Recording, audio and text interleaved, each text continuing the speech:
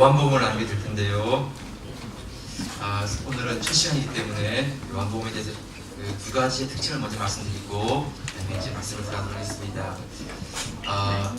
첫 번째는 마태, 마가, 누가 이 세 복음서는 사건 중심, 시간 중심의 기록입니다. 그래서 예수님의 행적에 대해서 이렇게 시간대별로 이 부분들을 차례로 잘 기록했죠. 근데 요한복음은 신학 중심의 기록입니다. 그래서 예수님의 사역에 대한 행적을 이렇게 기록해 나가기보다는 예수님께서 행하셨던 그 일들을 우리에게 어떤 의미가 있는지, 그것은 무엇을 뜻하는지를 알려주는 그 복음이 신약 요한복음입니다. 그래서 요한복음에는 예수님의 탄생, 세례받으심, 또 시험에 관한 기사가 없습니다. 변화산의 기적, 또 시오회의 만찬, 또 겟세마네에 대한 동산의 기도, 이런 부분들이 다 빠져 있습니다. 요한복음에는 다른 복음서에서 기록한 것들은 생략을 했어요. 그렇지만 예수님이 행하셨던 그 사역 가운데 중심되는 몇 가지들을 이렇게 우리에게 제시하면서 도대체 이런 일을 행하시고 또 이런 일을 행하심을 통하여서 우리에게 주시는 하나님의 메시지, 교훈이 무엇일까, 이렇게 신학 중심적인 생각, 또 신학 중심적인 설명, 이것을 우리에게 전해주고 있습니다. 무엇보다 예수님은 누구신가? 왜 우리는 예수님을 그리스도라고 부르고 있는가? 왜 예수님이 이 땅에 오셨는가? 그분이 하나님의 아들이시라면 그냥 천상에만 계셔도 되는데 왜 성육신 하셔서 이 땅에 오셔서 우리와 같이 인간 되셔야 했는가? 왜 예수님은 십자가에 죽으셔야 했는가? 왜 우리는 그분을 믿어야만 하는가? 이런 부분들을 우리에게 아주 깊이 있게 전해주고 있습니다. 이제 요한복음을 같이 나누면서 우리가 이런 질문에 대해서 아주 분명하게 대답하시는 분도 있지만, 또 어떤 분들은 잘 이해가 안 가는 분도 있고, 또 희미한 부분도 있는 분이기 때문에 우리가 이제 요한복음을 같이 나누면서 정말 이런 질문들을 같이 생각해보고, 이 질문에 대해서 내가 분명하게 예스라고 대답할 수 있는 그런 고백들이 있는지 우리가 한번 점검하기도 하고, 또 그런 고백들을 할 수 있으면 좋겠습니다. 아무튼 요한복음이 우리에게 던지고 있는 이런 질문들을 우리가 정말 진지하게 하면서 같이 나누고요, 그 질문 앞에 서면 좋겠습니다. 두 번째 특징은 요한복음에는 7개의 기적이 나타납니다. 특별히 그것을 7개의 표적이라고 이렇게 하는데요, 기적, 미라클이라는 단어를 쓰지 않습니다.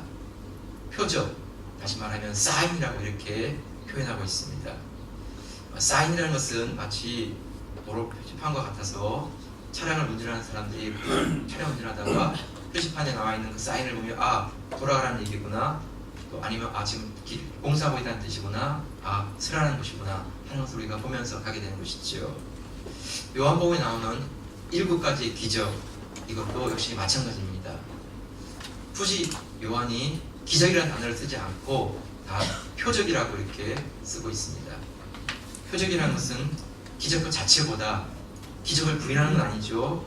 기적 그 자체보다 그 기적을 통하여서 보여주고 있는 그 의미, 그리고 목적, 이것을 우리에게 더 분명하게 설명하고 있는 것이지요. 왜 주님께서 이런 기적을 행하셨고 이 기적이 주는 의미가 무엇인가 하는 것을 보여주는 표적으로 그것을 사용했다는 것이지요. 그래서 2장에 보면 가나의 혼인잔치에서 물이 포도주로 바뀌는 사건, 기적이지만 단지 기적으로만 끝나지 않고 보여주는 의미가 있다는 것이지요. 왕의 신하의 아들의 고침 4장, 5장 베데스다 목가에서 38년 된 병자가 일어나는 것, 또 오병이어로 5,000명이 먹게 되는 사건, 또 주님께서 무리를 걸어가신 그 사건, 또 소경의 눈을 뜨게 하시는 사건, 또 죽은 지 나흘이 지났지만 무덤에서 다시 걸어 나오는 바로 나사로의 부활 사건, 도대체 이런 것들이 왜 일어나야 했고 이것들을 통해서 어떤 의미를 우리에게 주는지를 요한이 우리에게 말씀해 주고 있는 것입니다. 중요한 것은 이런 기적들의 목적이 무엇일까에 대해서 사도 요한은 이런 7개의 기적들을 우리에게 보여주면서 이것을 통해서 우리에게 보여주는 그 목적, 그 의미에 대해서 요한복음 자체에서 분명하게 이렇게 기록을 하고 있어요. 요한복음 20장 31절인데 자막 같이 보시고 한번 같이 읽겠습니다. 시작. 오직 이것을 기록함은 너희로 예수께서 하나님의 아들 그리스도이심을 믿게 하려 함이요 또 너희로 믿고 그 이름을 힘입어 생명을 얻게 하려 함이라. 요한은 두 가지 분명한 목적을 위해서 이 모든 것들을 이렇게 기록했다는 것이에요. 첫 번째가 뭐냐 하면 예수님은 하나님의 아들이시다 하는 것을 믿게 하기 위함이에요.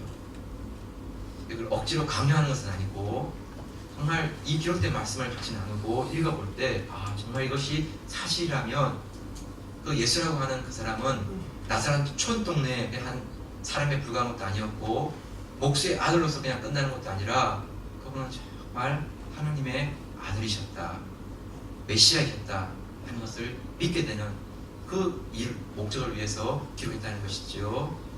두 번째는 그 예수를 믿음으로 말미암아 영원한 생명을, 영생을 얻게 하기 위함이라는 것이에요. 7가지의 기적들을 우리에게 보여주고 있고 그 7개의 기적을 통해서 보여주고 있는 예수님에 대한 이에 있어서 그 예수님은 그냥 평범한 인간이 아니라 그리스도이시고 만약 그분이 정말 그리스도이시라면 그분을 믿고 영접할 때 우리에게 영원한 생명을 누리게 되는 바로 그 사건이 있다 하는 이것을 보여주기 위해서 이 요한복음을 기록했다는 것입니다. 성도 여러분, 아무튼 이 요한복음을 같이 나누면서 이제 우리가 정말 그러한가에 대해서 같이 이렇게 함께 나누기 원하고요. 이전에 이미 요한복음은 여러분들이 들어보신 적이 있을 것 같아요. 그래도 알고 있는 것도 많을 것 같고요. 그렇지만 부탁하고 싶은 것은요, 저도 말씀을 새롭게 준비하겠습니다. 그리고 이것저것 이렇게 카피 오는 게 아니라 정말 여러분들과 함께 말씀을 묵상하면서 말씀을 전하겠습니다. 대신에 여러분들도 한번 요한복음을 새롭게 한번 읽어봐 주십시오. 이전에 알고 있는 것들 다 귀한 것이지만 한번 그런 부분 잠시 내려놓으시고 한번 진지하게 다시 한번 요한복음 1장부터 한번 그냥 우리가 읽어나가면서 말씀을 좀 묵상하고 요한 사도의 그 교훈, 가르침에 대해서 우리가 함께 같이 마음을 나눌 수 있는 그런 시간 되면 좋겠습니다. 이제 그러면 요한복음 시작하겠습니다. 첫 번째 우리에게 주시는 부분은 말씀이신 로고스이신 그분이 우리에게 오셨다는 것입니다. 말씀이신 분이 우리에게 오셨습니다. 1절 3절까지인데 같이 한번 보십시오. 1절 3절까지 시작. 태초에 말씀이 계시니라. 이 말씀이 하나님과 함께 계셨으니 이 말씀은 곧 하나님이시니라. 그가 태초에 하나님과 함께 계셨고 만물이 그로 말미암아 지은 바 되었으니 지은 것이 하나도 그가 없이는 된 것이 없느니라. 우리는 너무나 쉽게 읽었지만 이 말씀을 전하는 첫머리에 이 말씀을 한다는 게 정말 쉽지 않습니다. 예수 그리스도를 말씀으로 소개하고 있죠. 그 말씀은 로고스라고 이렇게 지금 말씀을 하고 있어요. 그런데 그 로고스라는 의미는 눈으로 볼 수 없는 그 하나님이신 그분을 우리가 이제 눈으로 볼 수 있고 또 귀로 들을 수 있는 그분으로 우리에게 오셨다 하는 것을 보여주는 게 말씀, 로고스이신 바로 그분이라는 것이에요. 여러분, 도대체 그분이 어떤 분인가? 그분은 태초에 계신 분이었어요. 천지 창조 때부터 있는 게 아니라 모든 것들이 시작되는 그 영원 전부터 그분은 계신 분이었어요. 그런데 그분은 하나님과 함께 계셨고 그분은 하나님이시라는 거예요. 예수님은 하나님이세요. 그런데 성부 하나님과는 구별되신 분이에요. 하나님이신데 성부 하나님과는 구별되신 또 다른 하나님이세요. 그런데 그 두 분은 함께 계시면서 아주 친밀한 교제를 나누셨어요. 2절에 보면 그가 태초에 하나님과 함께 계셨고 성부 하나님과 성자 예수님 그 두 분 사이에는 어떠한 다툼이나 갈등이 없었어요. 그분은 하나이셨고 너무나 깊은 친밀한 교제 가운데 함께 하시는 분이었어요. 여러분, 우리는 때때로 가족과 함께 있고 친한 친구와 함께 있어도 어떤 경우는 마음이 맞지 않거나 또 생각이 달라서 서로가 이렇게 마음 가운데 좀 떨어지는 그런 경우가 있어요. 부부로 살아도 늘 함께 지내고 함께 생활하고 밥 먹지만 어떨 때는 생각이 다르고 서로 또 마음이 다를 수가 있어요. 그러다 보면 좀 떨어지는 그런 경우도 있지요. 그런데 하나님과 예수님은 언제나 함께 계셨어요. 그분들은 친밀한 교제 가운데 영광 가운데 함께 계신 분들이었어요. 여러분, 우리가 무엇과 함께 한다는 것은, 그건 누구와 함께 한다는 것은 쉬운 게 아니에요. 얼마 동안 할 수 있고 또 어떤 상황에서는 할 수 있지만 언제나 함께 한다는 게 그게 내 능력과 내 마음대로 될 수 있는 게 아니에요. 하나님의 은혜, 성령님의 기름 부으신 그런 가운데 같이 하지 않으면 우리 생각을 맞추고 마음을 맞추고 우리의 기질을 이렇게 맞춰간다는 게 쉬운 것이 아니에요. 용납하고 이해하고 서로를 세워주고 그리고 언제나 겸손하고 그런 삶은 정말 하나님 은혜 가운데서 일어나는 그런 아름다운 것들이 있지요. 성부 하나님과 성자 예수님의 이 관계는 바로 그런 것이었어요.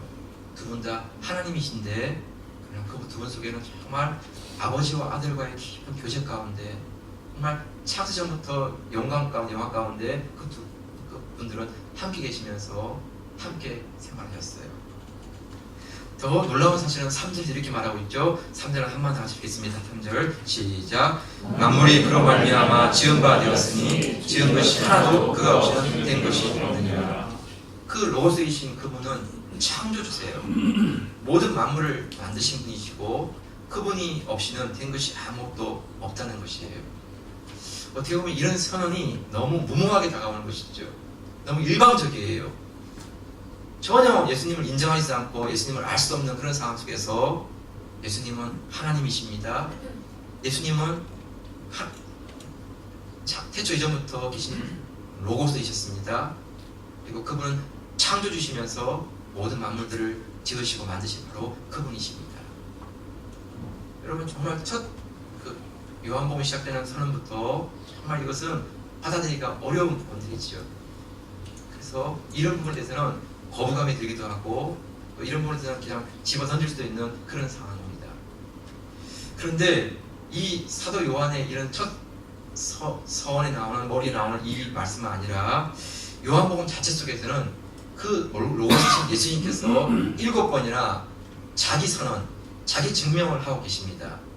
그 7번에 대한 그 자기 증명이 어떤 것인가 하면 알고 계시지만 말씀 한번 확인하고 넘어가겠습니다. 요한복음 6장 35절에 보면 내가 곧 생명의 떡이다 이렇게 말씀하죠. 예수님은 자신이 생명의 떡이라고 말씀하세요.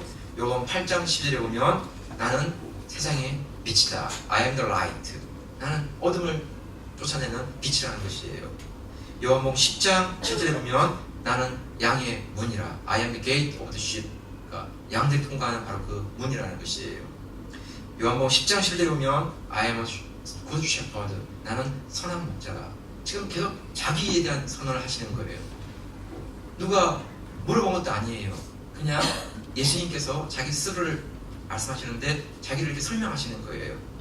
요한복음 11장 25절에 보면 나는 부활이요 생명이니 라고 말씀했고, 요한복음 14장 6절에 보면 나는 곧 길이요 진리요 생명이니 하고 I am the way, the truth, the life.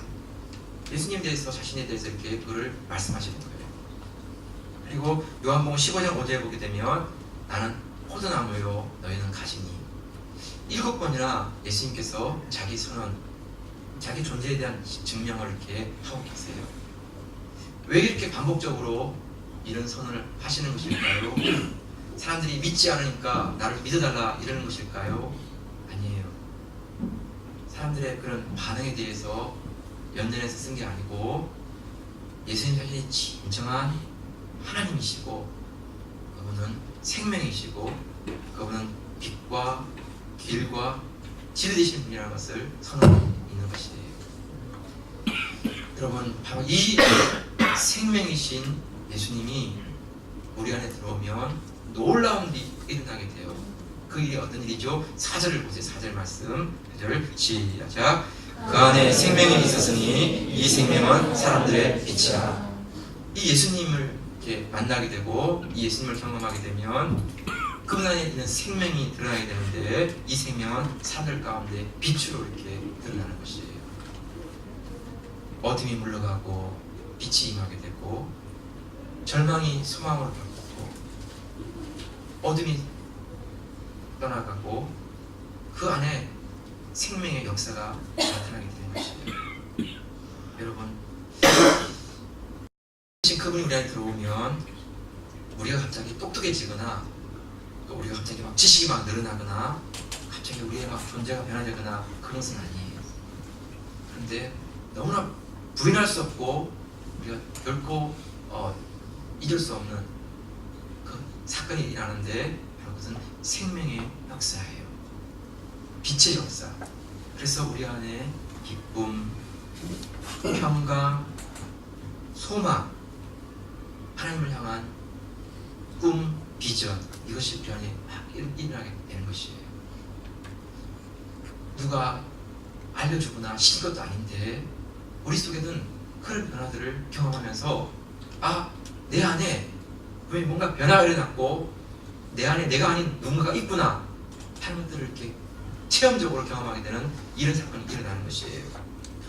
그의 얼굴 가운데 어둠이 사라지고 그늘이 사라지고 그래서 누구든지 그 자신과 다른 사람들이 볼 때 속일 수도 없고 부인할 수도 없는 그런 변화가 일어나게 되는 것이에요. 요한복음에는 바로 이런 생명이신 예수님을 만난 사람들의 변화, 그래서 이렇게 변화되어진 사건들, 그런 것들을 기록해 나가고 있어요. 요한복음 1장에 보게 되면 시몬은 베드로로 바뀌었어요. 2장에는 물이 포도주로 바뀌었어요.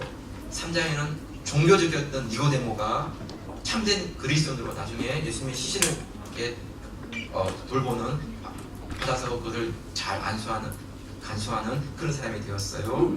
4장에 보면 남편 5을 두었던 그 여인이 나중에는 전도자가 되어서 예수님을 전하는 사람으로 바뀌게 되었어요. 베데스다 목가에 중풍병자가 일어나서 예수님을 전하는 사람이 되었어요. 오병이의 초라한 음식, 그 음식이 5,000명에 되는 사람들을 먹이에도 남는 그런 음식으로 바뀌었어요. 가늠하다 붙잡힌 여인은 나중에 예수님을 전하는 그런 여인으로 바뀌었어요. 앞을 보지 못했던 소경이 눈을 뜨게 되었고 나중에는 예수님을 만나서 예수님을 예배하고 경배하는 사람이 되었어요. 죽은 지 나흘이나 된 나사로가 그 무덤가에서 부활하여서 그 자기의 부활된 주를 친히 증거하는 그런 사람으로 바뀌었어요. 이런 변화가 결코 거짓이 아니라는 거예요. 생명이신 여러분, 그분이 우리에게 오셨고 누구든지 그분을 만나게 될 때 이런 변화가 일어나는 것들을 경험하고 체험하게 된다는 게 요한복음의 증거예요. 성도 여러분, 우리가 이제 요한복음을 시작하면서 요한복음 첫머리에 선언하고 있는 이 예수님, 생명이신 예수 그분, 길이고 진리고 빛이신 그분의 삶이 우리 안에 들어오시고 우리 안에 그 밝은 빛을 비춰주는 그분의 가게 동행하는 삶이 저와 여러분들 가운데 함께 하시기를 주의 이름으로 축복합니다. 두 번째, 이제 요한이 말씀하고 있는 부분은 이런 예수님이 우리에게 오셨는데 그 전에 이 빛을 준비하기 위한, 이 메시아를 준비하기 위한 한 사람, 세례 요한이 왔다는 것이에요. 6절을 같이 한번 보세요. 6절 말씀 시작. 하나님께서 보내심을 받은 사람이 났으니 이름은 요한이라. 이제 두 번째 보면 세례 요한을 소개하기 시작해요. 세례 요한은 예수님보다 6개월 먼저 태어났어요. 그리고 그는 어려서부터 광야에서 살게 되었고 메뚜기와 석청을 먹었어요. 그는 예수님을 오심을 준비하기 위한 사람으로 하나님께 보내받은 사람이었어요. 나중에 그는 예수님을 준비하는 중에 예수님을 만나게 되었고 그 예수님에게 세례를 베풀게 되었어요. 왜 세례 요한이 와야만 했을까요? 왜 하나님은 세례 요한을 먼저 보내셔야 했던 것일까요? 그 이유에 대해서 5절에서 이렇게 말씀하고 있죠. 5절 같이 한번 보세요. 시작. 빛이 어둠에 비치되 어둠이 깨닫지 못하더라. 빛이 왔지만 어둠은 그 빛을 알지 못하고 깨닫지 못하였어요. 여러분, 빛이 비추어도 그 빛을 알지 못하는 이런 상태는 이들이 빛을 부인하는 게 아니라 처음부터 빛이 무엇인지, 빛이 어떤 것인지를 지금 알지 못하고 있는 상태인 거예요. 그래서 아무리 이렇게 빛에 대해서 얘기해도 사람들이 나는 빛을 잘 모르겠다고 이러면서 이렇게 그 무지한 모습, 깨닫지 못하는 모습, 그런 가운데 있는 것이죠. 여러분, 이렇게 한 번도 빛을 보지 못하고 빛을 경험하지 못한 사람들에게 빛을 설명한다는 게 얼마나 어려운 일이겠어요. 먹어보면 알 수 있다면 먹이면 될 거 아니겠어요. 만져서 알 수 있다면 한번 만지라고 해서 하면 알 수 있지 않겠어요. 근데 먹을 수도 없고 만질 수도 없는 그에 대해서 설명한다는 게 얼마나 어려운 일이겠어요. 근데 요한은 그런 어려움 가운데 있는 중에 요한이 먼저 와서 그 빛에 대해서 증거하는 사람으로 세워졌다는 것이에요. 어떻게 빛에 대해 증거할 수 있고 어떻게 빛을 설명할 것인가? 여러분, 요한이 한 것은 빛에 대해서 계속 사람들에게 설명하거나 증명하는 것이 아니었어요. 요한 자신이 빛을 증거하는 사람으로서 준비된 모습, 그 빛을 선포하기 전에 사람들로부터 받아야 될 신뢰, 인정, 이런 부분들을 준비하는 그런 삶을 먼저 살아갔다는 것이에요. 그래서 그는 하나님께로 보냄을 받아서 왔지만 그의 삶은 광야에서, 그리고 그 광야 속에서 하나님을 예비하고 준비하는 삶을 살아가는 사람으로 살아갔던 것이에요. 여러분, 육체에 나왔듯이 하나님께로부터 보내주셔가는 사람이 났는데 그 이름은 요한이라. 그런데 이 세례 요한은 어떤 삶을 살았다고요? 누가복음 1장 80절 한번 보시고 같이 한번 보겠습니다. 시작. 아이가 자라며 신령이 강화해지며 이스라엘에게 나타나는 날까지 빈들에 있으니라. 세례 요한은 빈들에서 자랐어요. 그 빈들이란 광야죠, 광야. 그것은 사람들이 찾아오는 곳이 아니었어요. 외로운 곳이었고, 여러분, 무서운 곳이었어요. 사람들이 아무도 관심과 주목을 하지 않는 그런 곳이에요. 그곳에서 그는 하나님과 함께 하면서 하나님을 묵상하고 하나님의 사람으로 준비되어지는 그런 삶을 살아갔어요. 그가 입고 있는 옷은 낙타불 옷이었고 그가 먹는 음식은 아주 빈약한 메뚜기와 석천이었어요. 근데 그가 드디어 때가 되자 그는 메시아의 오심에 대해서 선포하기 시작했어요. 그의 선포는 사람들이 살고 있는 마을이 아니었어요. 변함없이 광야였어요. 아무도 조명하지 않고 아무도 들으려고 하지 않는 그런 자리지만 그런 그 광야에서 외치기 시작했어요. 회개하라, 하나님 나라가 가까우니라. 그러면서 그 메시지를 전하기 시작했어요. 그런데 사람들은 그의 전하는 메시지를 듣기 위해서 광야로 찾아갔어요. 그리고 그의 말씀을 들을 때 사람들은 놀라운 변화가 일어나게 되었어요. 7절 8절인데 같이 한번 볼까요? 오늘 본문 7절 8절 시작. 저가 증거로 왔으니 곧 빛에 대하여 증거하고 모든 사람으로 자기를 위하여 믿게 하려 합니다. 그는 이 빛이 아니요 이 빛에 대하여 증거하러 온 자라. 광야에서 그의 메시아에 대한 오심을 선포하며 준비하는데 사람들은 그의 메시지를 듣고 막 회개하는 일이 일어났어요. 유대인들도 회개하고 세리들도 회개하고 심지어 군인들도 회개하는 일이 일어나게 되었어요. 이것은 사람의 능력으로 되어지는 게 아닌 것을 누구나 다 알 수 있었어요. 그래서 심지어 산헤드린 공회에서도 너무나 기이한 그런 모습 때문에 사람을 보내었어요. 그래서 물었어요. 내가 누구냐? 왜냐하면 이런 질문을 던질 정도는 이미 세례 요한이 사람들에게 너무나 많은 신뢰와 인정과 박수를 받고 있는 그런 상황이에요. 이미 박수를 받고 있고 이미 스포트라이트를 받고 있는 그런 상황 가운데 세례 요한은 주저없이 이렇게 말하죠. 8절 말씀 한번 다시 보세요. 시작. 그는 이 빛이 아니요 이 빛에 대하여 증거하러 온 자라. 세례 요한의 사명은 사람들로 받는 슈퍼스타가 되는 게 아니었어요. 그의 사명은 광야에서 외치는 자의 소리, 그것으로 충분한 것이지요. 그것이 그의 사명이었어요. 그래서 요한복음 1장 23절에 보게 되면 이렇게 기록하고 있죠. 가로되 나는 선지자 이사야의 말과 같이 주의 길을 곱게 하라고 광야에서 외치는 자의 소리로다 하니라. 세례 요한은 처음부터 끝까지 그 빛에 대해서 증가하는 삶을 살아났어요. 한결같은 모습, 신실한 모습. 사람들로부터 어떠한 평가를 받는가, 아무런 주목하지 못하는 경우도 있었고 너무나 많은 사람들이 주목하는 그런 경우도 있었고, 그럼에도 불구하고 그런 것에 대해서는 조금 더 개의치 않냐고 메시아의 오심을 준비하면서 변함없이 외치는 그런 삶을 살아가는 사람이 세례 요한이었어요. 여러분, 로고스이신 그분이 우리에게 오시기 전에 하나님은 세례 요한을 통하여서 그분의 오심을 예비하고 준비하는 사람으로 세워주셨어요. 여러분, 우리는 누군가 또 다른 사람들에게 세례 요한처럼 그런 역할을 하고 있는지 몰라요. 아직은 예수님을 알지 못하고 하나님을 알지 못하는 그들에게 우리는 그분의 오심을 앞서서 준비하는 사람으로 이 땅에 보내졌고 세워졌는지 우리는 알지 못해요. 우리가 가져야 될 중요한 모습은 주님을 향한 신실함이죠. 사람들이 우리를 주목하든 주목하지 않든, 사람들이 우리에게 박수를 치든 박수를 치지 않든 우리는 변함없이 그 빛에 대해서 증거하러 온 자이지 우리는 빛이 아닌 자들이죠. 우리를 통해서 빛 대신 그분을 맞이할 수 있고 빛 대신 그분을 알아갈 수 있는 통로로 쓰임받기를 축복합니다.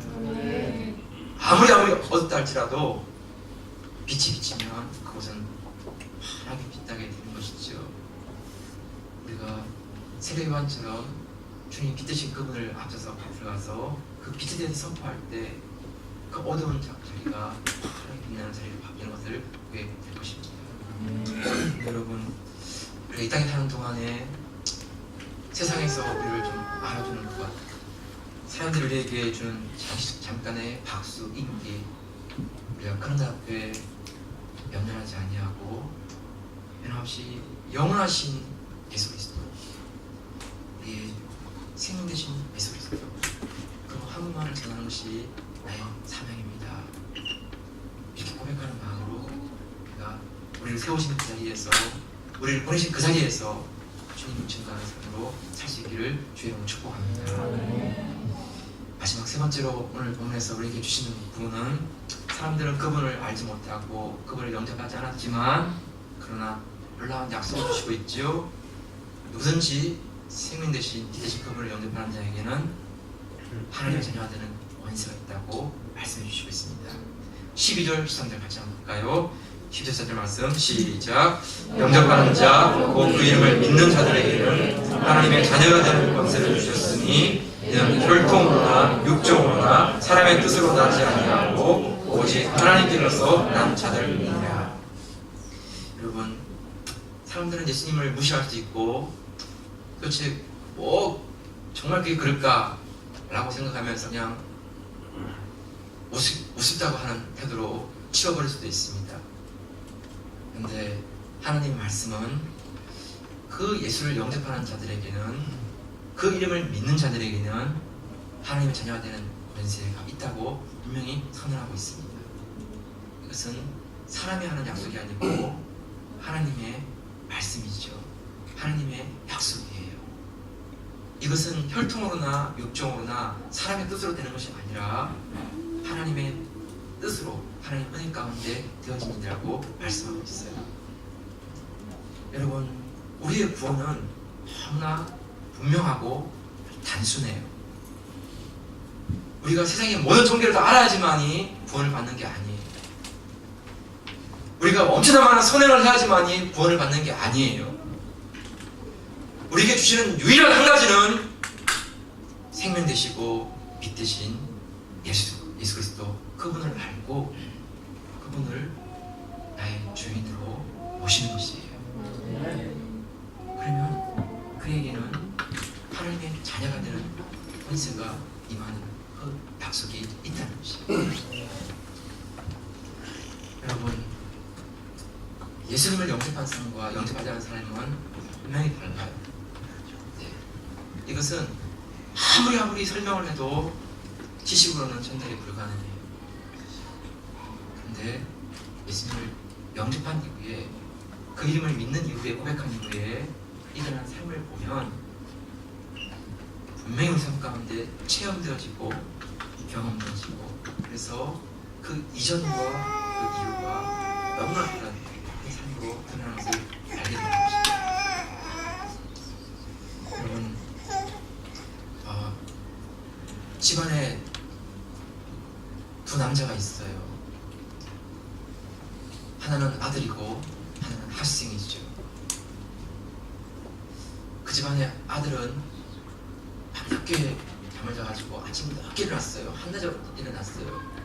일어나서 엄마에게 밥 주세요.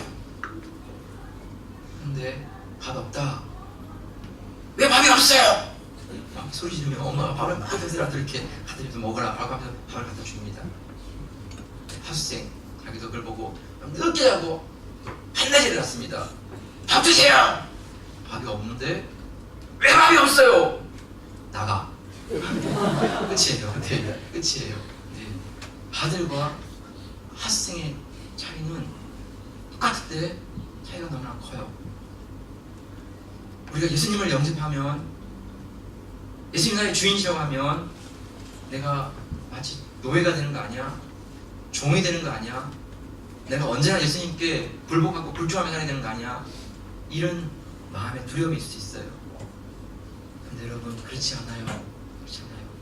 만약 아까 말씀해 드렸던 그 집안의 그 집안 정도가 아니고 왕국이라고 생각해요. 왕국.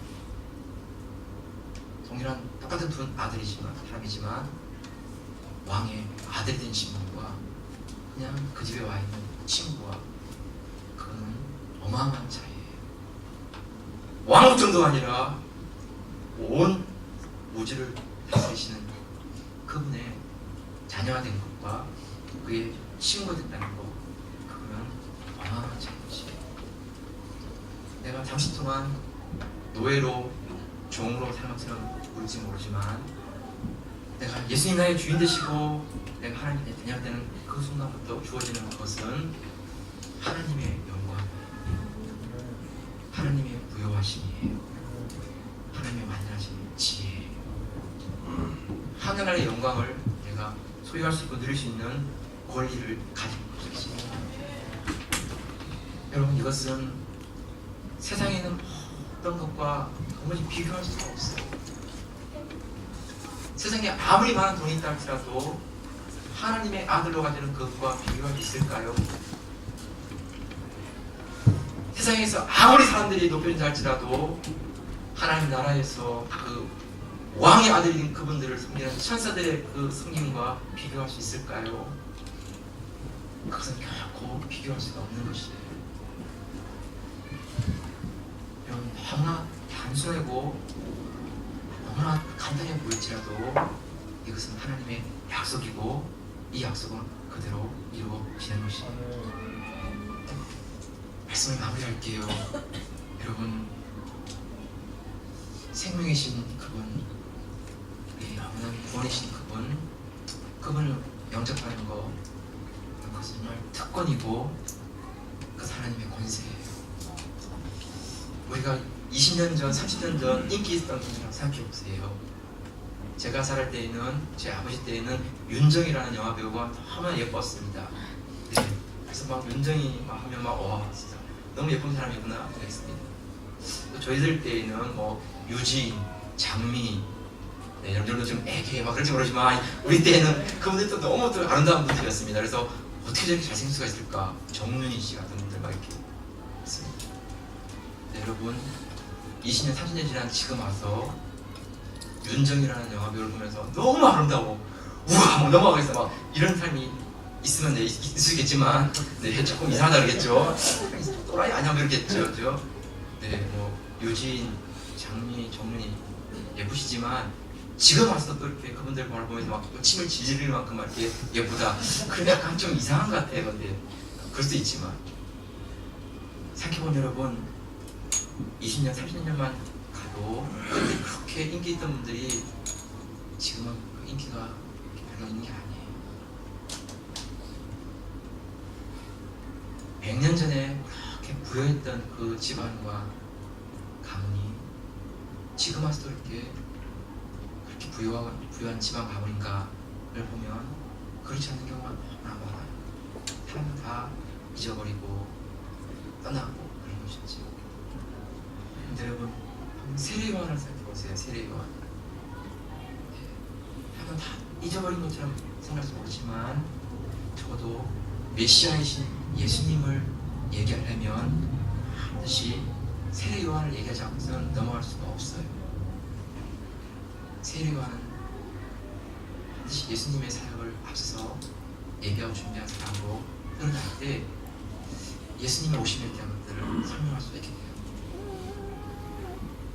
2000년이 지났지만 예수님은 그 사람들에게 세례요한은 결코 잊혀질 수가 없는 그런 인물인 것이죠.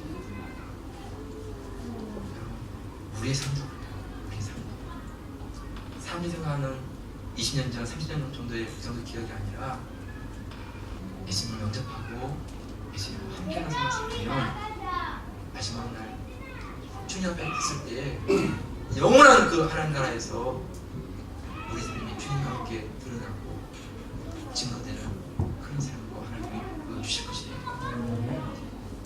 그래서 여러분 예수님을 영접하는 것은 너무나 중요해요. 그의 이름을 믿는 것은 너무나 좋은 기회예요.